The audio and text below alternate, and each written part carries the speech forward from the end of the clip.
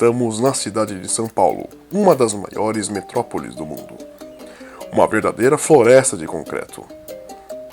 Porém, entre todos esses carros e pessoas comuns, existem pequenos seres que vivem entre nós. Eles são chamados sinantrópicos, animais que se aproximam dos homens devido à disponibilidade de alimentos e abrigo.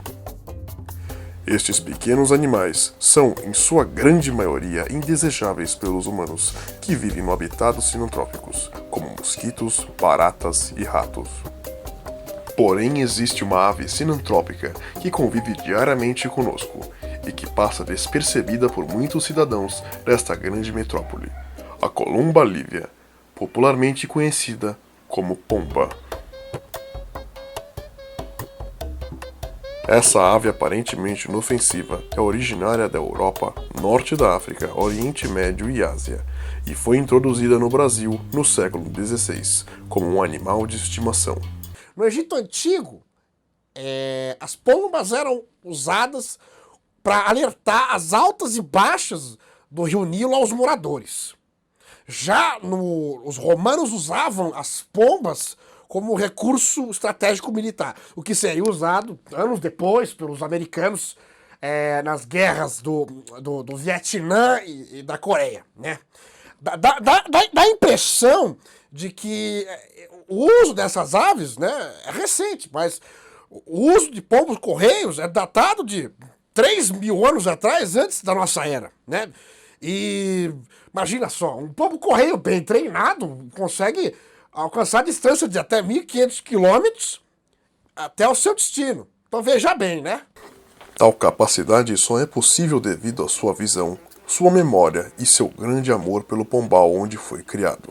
Dessa forma, pode-se soltar uma pomba a mais de 1.000 quilômetros que ela irá retornar com facilidade até seu local de origem. Elas vivem até 30 anos na natureza e somente de 3 a 5 nas grandes metrópoles, devido a doenças provocadas pela alimentação não natural e ao desequilíbrio de sua população.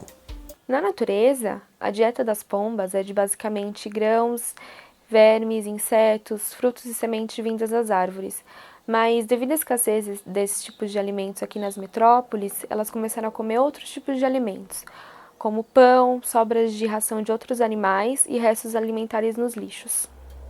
Devido sua alimentação ter de se adaptar a restos deixados pelos humanos, a columba lívia é transmissora de cerca de 57 doenças, como a criptococose, isoplasmose e ornitose, que são algumas das doenças transmitidas pela inalação de fungos presentes nas fezes da pomba.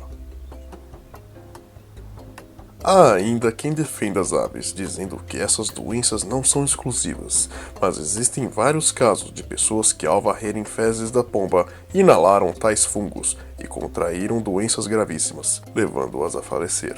As pombas são aí crucificadas como causadoras de várias doenças que atingem a população, atingem as pessoas. Mas isso também tem que ser considerado, deve-se considerar também que não somente os pombos transmitem essas doenças, como outras aves, principalmente as fezes, né? As fezes são muito infectadas.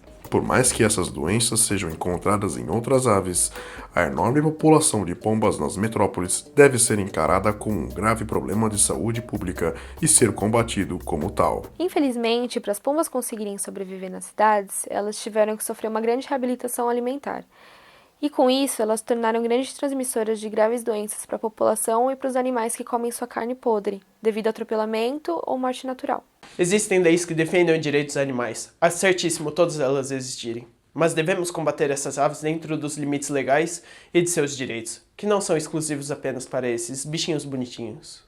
Porém, existem pessoas mais conservadoras, que não conhecem os perigos que esse animal aparentemente inofensivo pode causar à saúde da população de uma grande metrópole como São Paulo. Como a Dona Dulce. Bom dia, Dona Dulce. Bom dia, meu jovem. Um excelente dia, não? Sim, está unido o dia para ir ao parque alimentar as minhas filhinhas. E é aí que mora o perigo. Perigo?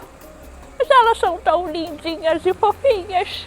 Mas são malvadas por dentro. Elas nunca me fizeram mal nenhum. Dona Dulce, existem muitas Não doenças. quero mais falar com você. Sim, Como eu ia dizendo, é aí que mora o perigo.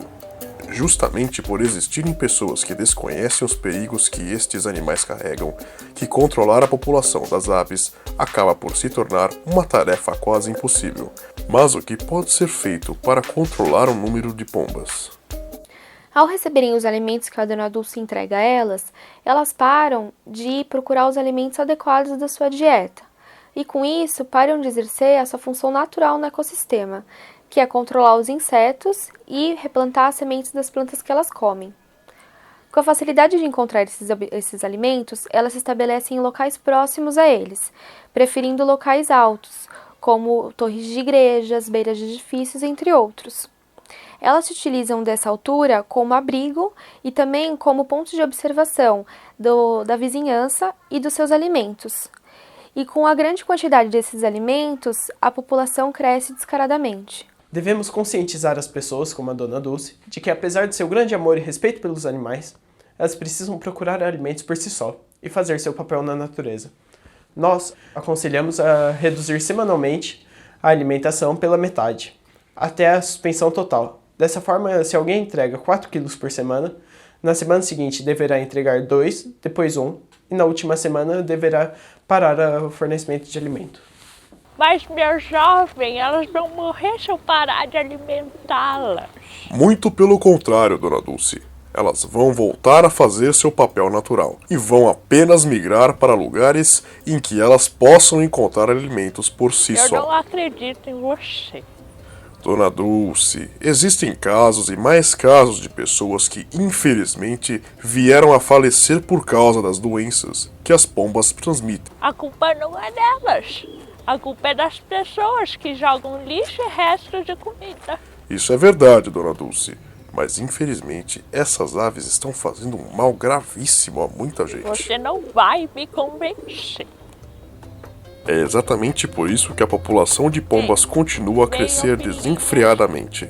A população deve ser esclarecida que o hábito de fornecer alimento para pombos acarreta desequilíbrio populacional com proliferação excessiva dessas aves, desencadeando problemas para o meio ambiente e afetando a qualidade de vida das pessoas. Os pombos estão por toda a cidade, muitos aqui em São Paulo, estão nos edifícios, estão nas ruas, estão nos parques, nas praças, e eles estão cada vez mais sendo muito odiados pela população, porque são considerados transmissores de várias doenças, quando, na verdade, essas doenças vêm do próprio lixo que as pessoas dessa cidade fazem, né? Não existe um pouco de cuidado em relação a esse lixo que é jogado na rua, é jogado em praças, como já vi muitas vezes, inclusive em parques. As pessoas não têm esse cuidado que deveriam ter.